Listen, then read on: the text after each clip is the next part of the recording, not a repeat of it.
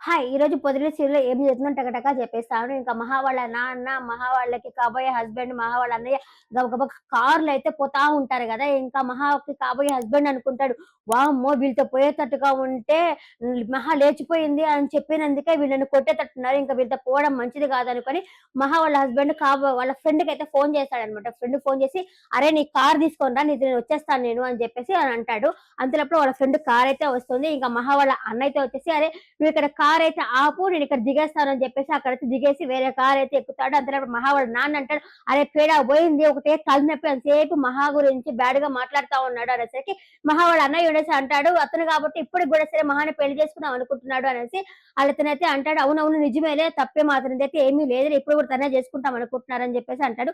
ఇంకా పోతా ఉండేసరికి ఇంకా చక్రితో అంటుంది మహా, "ఏంటి నువ్వు నన్ను వదిలేసి ఇక్కడి నుంచి వెళ్ళిపోతావా వాళ్ళకి అప్పు చెప్పేసి" అంటే, "లేదు లేదు అలా అయితే నేనేం చేయనులే. నేను ఎట్లైనా సరే సిటీకి చేరుస్తాను. నన్ను నన్ను నమ్ము" అని చెప్పేసి చక్రి అంటాడు. ఇంకా వాళ్ళు పోవడం అక్కడ చెట్లు, పుట్లు అన్నీ ఉంటాయి. అక్కడికైతే వెళ్ళుంటారనమాట. వెళ్ళేసరికి తను కొంచెం భయపడుతుంది. ఎందుకంటే నన్నేమన్నా చేస్తావా? ఇక్కడంతా చీకటిగా ఉంది. నన్నేమన్నా చేస్తావేమో అని చెప్పేసి భయపడుతుంది. అలా ఏమి చేయనులే అనేసి చేతికో రాయి పట్టుకుంటుంది. ఏమన్నా చేసి ఏసి కొడదామన్న ఉద్దేశంతో రాయి అయితే పట్టుకుంటుంది.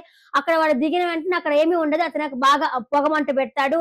తన కోసము మొక్కజొన్న కండైతే తీసుకొస్తాడు. "సారీ ఏమనుకోవద్దు నేను అన్నందుకు" అంటుంది. "ఆ! పర్వాలేదులే. నువ్వంతా అమ్మాయి ఒక స్వచ్ఛమైన ఆడపడుచుల అమ్మాయిలాగే ఫీల్ అవుతారేమో.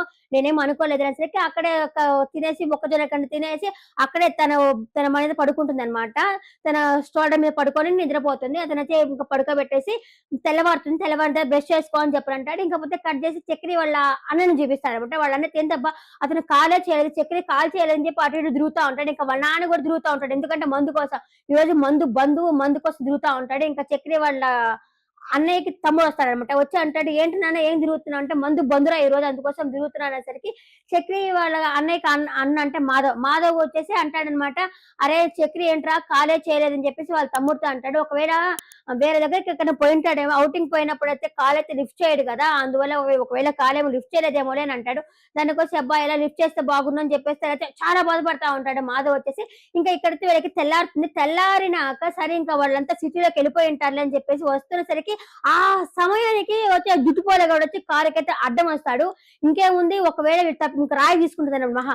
"ఒరేయ్! నువ్వు పోతావా ఈ తరవమంటావా" అని చెప్పి రాయి అయితే తీసుకుంటుంది. ఆ రాయి తీసుకునేసరికి ఆ కారైతే జుట్టుపోలు గారిది కాదు కదా! వాళ్ళ ఫ్రెండ్‌ది కదా! ఆ కార్ తీసుకొని పోతా ఉంటారు. మనకి మండే ఎపిసోడ్‌లో బాలు వస్తాడు. కార్ తీసుకొని గిరగిర తిప్పుతాడు. ఆ సమయానికి బాలు అయితే వస్తాడన్నమాట. అదే ఈ రోజు జరిగింది. టకటకా చెప్పాననుకుంటున్నా. మీకు వీడియో నచ్చినట్లయితే ఒక లైక్ కొట్టండి. అలాగే సబ్స్క్రైబ్ చేసుకోండి. Thank you for watching. Bye.